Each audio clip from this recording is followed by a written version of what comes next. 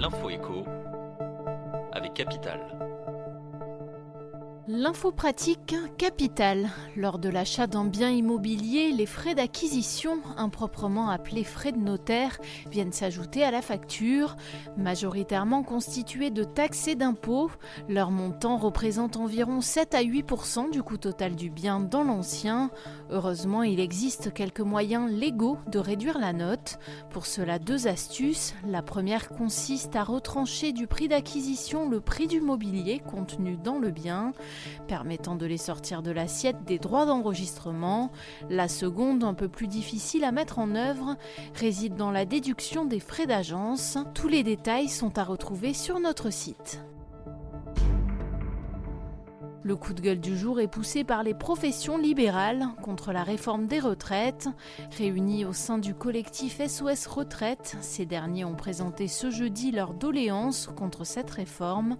Ils s'opposent notamment à la création d'un régime universel et réclament un taux de cotisation moins élevé. Interrogée par Capital.fr, la présidente du Conseil national des barreaux revient en détail sur les raisons de ce mécontentement.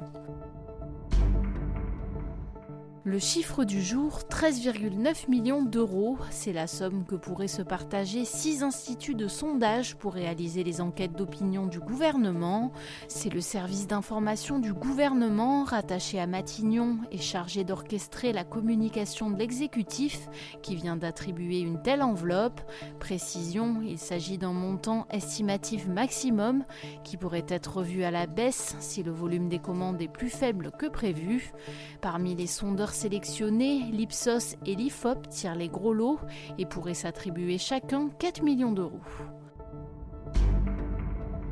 On termine avec Xavier Niel qui vient de quitter un cercle très fermé, celui des 500 plus grandes fortunes mondiales. En effet, l'homme d'affaires vient d'être éjecté du Bloomberg Billionaire Index. La raison de cette éviction, la chute de la valeur boursière d'Iliad, l'entreprise dont il est le fondateur et dont il détient plus de la moitié des parts.